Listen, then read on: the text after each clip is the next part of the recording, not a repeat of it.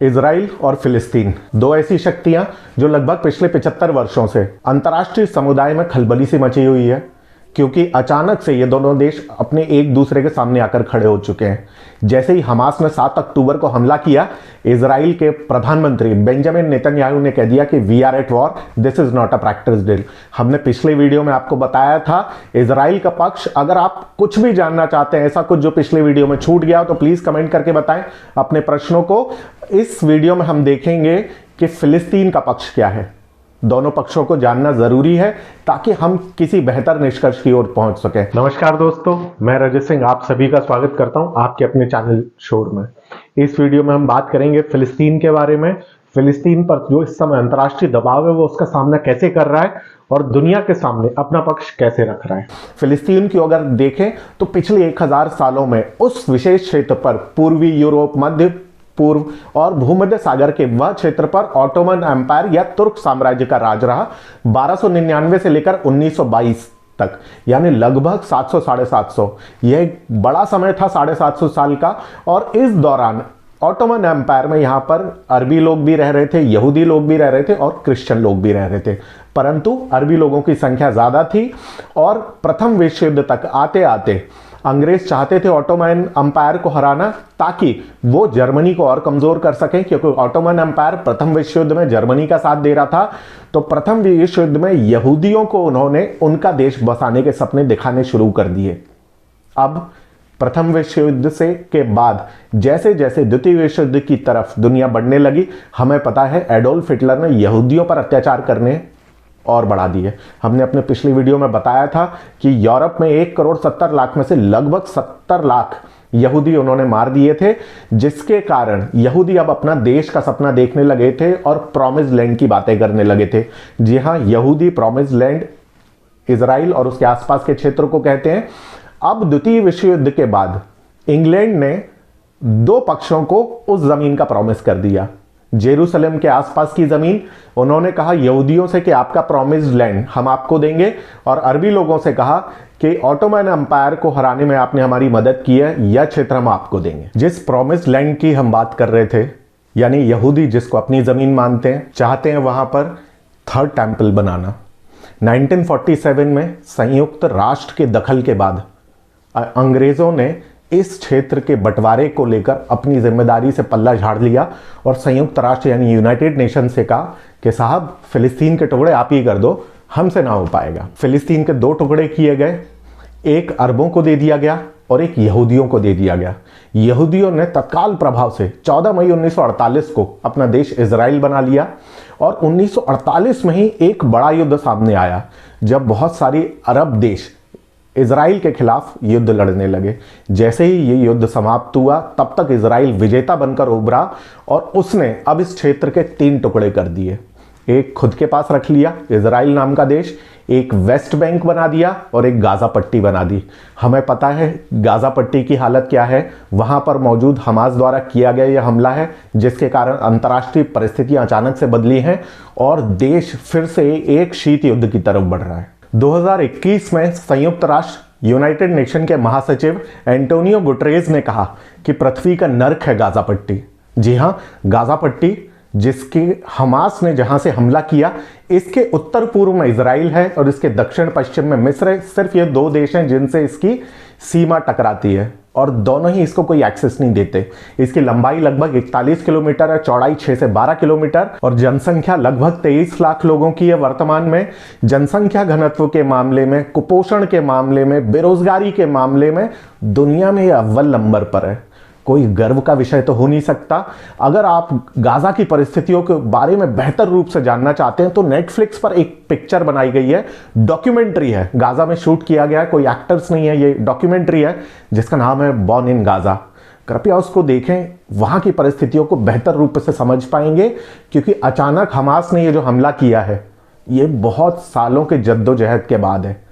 हमें पता है ये लड़ाई दोनों ही पक्षों से 75 साल से चल रही है, तो अचानक हुई कोई परिस्थिति में आया बदलाव नहीं है ये। फिलिस्तीन की हमने बात करी, 2 जगह इसमें शामिल हैं। हमने अभी आपको गाजा पट्टी के बारे में बताया, उसकी परिस्थितियों के मूलभूत स्वभाव से अवगत कराने का प्रयास किया। दूसरा है वेस्ट बैंक, वेस्ट बैंक में वर्तमान में फतह पार्टी का शासन है, वह सत्ता में है और राष्ट्रपति है वहां के मोहम्मद अब्बास। हाल ही में भारतीय प्रधानमंत्री श्री नरेंद्र मोदी जी ने मोहम्मद अब्बास को फोन करके कहा था कि भारत पैलेस्टीन की मदद मानवीय रूप से करता रहेगा।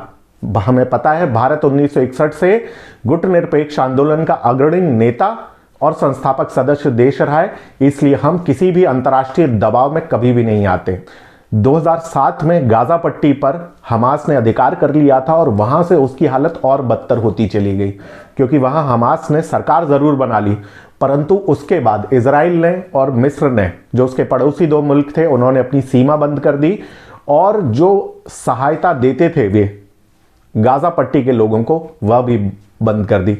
एमनेस्टी इंटरनेशनल ने मानवाधिकारों का जब जायजा लिया गाजा पट्टी पर तो चिंता व्यक्त की और वहां देखा कि मूल सुविधाएं, जो जीने के लिए मूल सुविधाएं होती हैं कि इंसान की, वहां पर उनका भी अभाव है। हमें पता है हमास एक अतिवादी संगठन है, कुछ देशों द्वारा इसे टेररिस्ट ऑर्गेनाइजेशन भी कहा गया है। नाटो और उसके समर्थक सभी देश हमास को एक आतंकवादी संगठन मानते हैं, परंतु हमें पता है नाटो वही संगठन है जो कुछ दिन पहले भारत और कनाडा के खालिस्तानी विवाद के चलते भारत से प्रश्न पूछना चाह रहा था।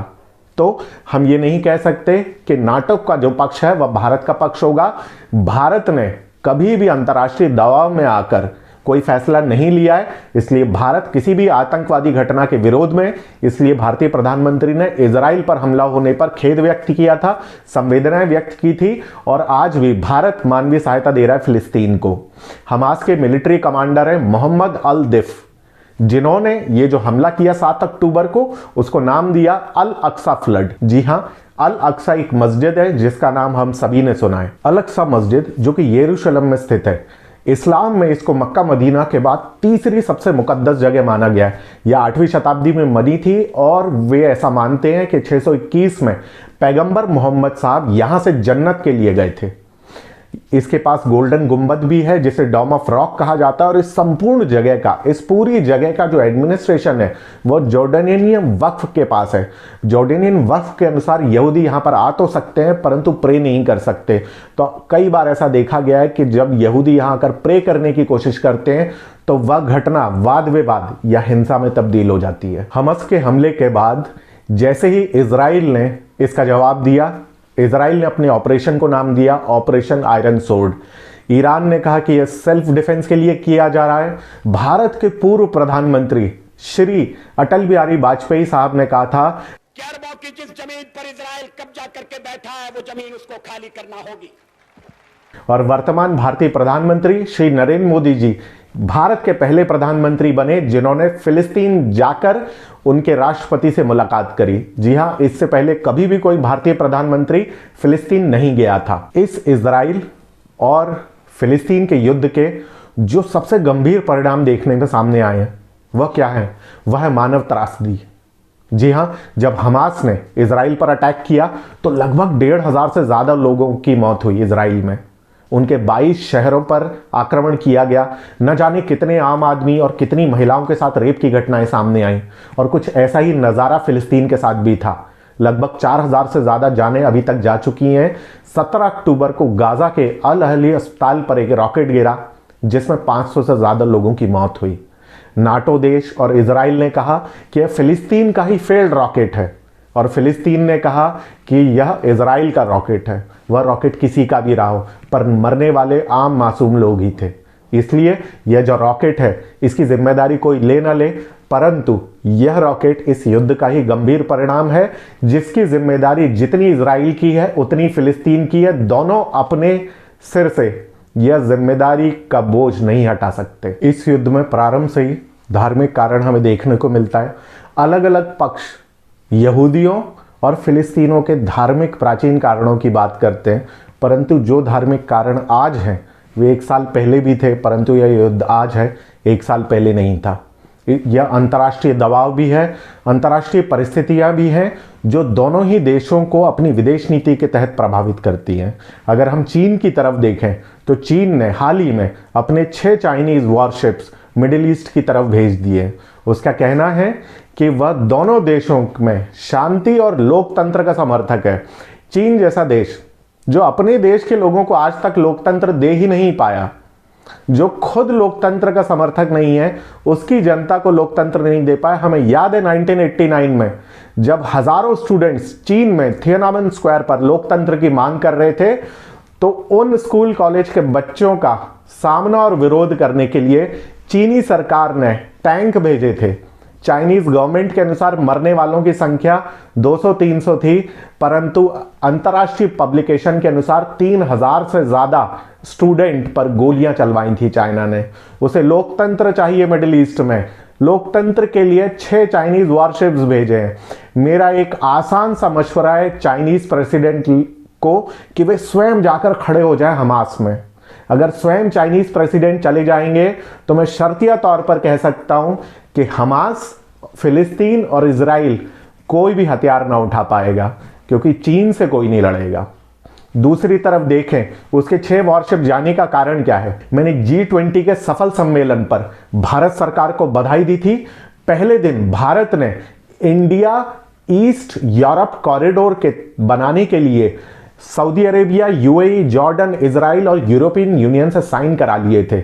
यानी कि भारत से सऊदी अरब, यूएई, जॉर्डन, इजराइल होते हुए यूरोप तक जाने वाला समुद्री मार्ग, जिसके कारण भारत का अंतर्राष्ट्रीय व्यापार 40% तक समय बचा लेता और पैसा भी बचा लेता। इससे भारत के व्यापार को उन्नति मिलती और चाइना को नुकसान मिलता। यूएस ने इसका सपोर्ट किया था, क्योंकि यूएस को पता है कि एशिया में चाइना का कंपटीशन सिर्फ भारत ही है और कोई भी नहीं है। क्योंकि जैसे भारत का बाजार चाइनीज प्रोडक्ट से भरा हुआ है, वैसे अमेरिका का भी बाजार चाइनीज प्रोडक्ट से भरा हुआ है। हमें यह भूलना नहीं चाहिए। रूस भी मानवाधिकारों का बड़ा संरक्षक रहा है दुनिया में। दुनिया में जब भी विपत्ति आई है मानवाधिकारों के लिए, रूस अपनी पूरी ताकत लेकर सामने आया। हमें पता, हाल ही में एक लंबे समय से यूक्रेन में जो भी मानवाधिकारों को लेकर प्रॉब्लम्स थी, रूस ने जाकर सॉल्व करी हैं। इसलिए रूस भी चाह रहा है कि इस अंतर्राष्ट्रीय युद्ध में शांति के लिए उसे बुलाया जाए। परंतु इजराइल को और फिलिस्तीन को भारत से सीखना चाहिए। जब भारत पर कई बार संयुक्त राष्ट्र द्वारा दबाव बनाया गया कि कश्मीर में समस्या है, जिसके लिए अमेरिका या संयुक्त राष्ट्र की मदद लें, तो भारत ने कहा कि कश्मीर भारत का अभिन्न अंग है और वहां कोई समस्या है ही नहीं। अगर पाकिस्तान द्वारा कोई वारदात वहां की जाती है तो उसका मुंह तोड़ जवाब दिया जाएगा। तो फिलिस्तीन और इजराइल को यह याद रखना चाहिए कि वे पड़ोसी हैं और पड़ोसी रहेंगे।